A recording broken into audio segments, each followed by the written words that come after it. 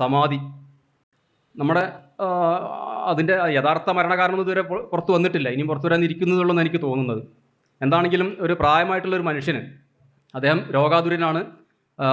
Postmortem report പുറത്തു വന്നപ്പോൾ അദ്ദേഹത്തിന് പ്രമേഹത്തിൻ്റേതായിട്ടുള്ള ശാരീരിക പ്രശ്നങ്ങളുണ്ടായിരുന്നു, ശരീരത്തിൽ മുറിവുകളുണ്ടായിരുന്നു, അതുപോലെ തന്നെ മറ്റുള്ള അസുഖങ്ങൾക്കൊക്കെ മരുന്ന് കഴിച്ചുകൊണ്ടിരിക്കുന്ന ഒരാളാണ്.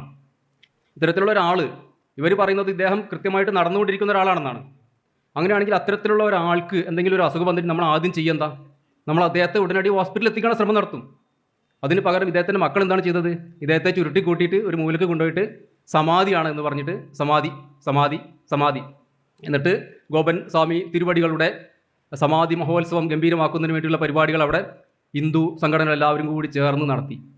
ഈ സമൂഹത്തിലുള്ള സകല മാലിന്യങ്ങളും ചുമന്നുകൊണ്ട് അടുത്ത തലമുറയിലേക്ക് എത്തിക്കുന്ന ജോലിയാണ് ഇത്തരത്തിലുള്ള ഈ സംഘടനകളൊക്കെ ചെയ്തുകൊണ്ടിരിക്കുന്നത്.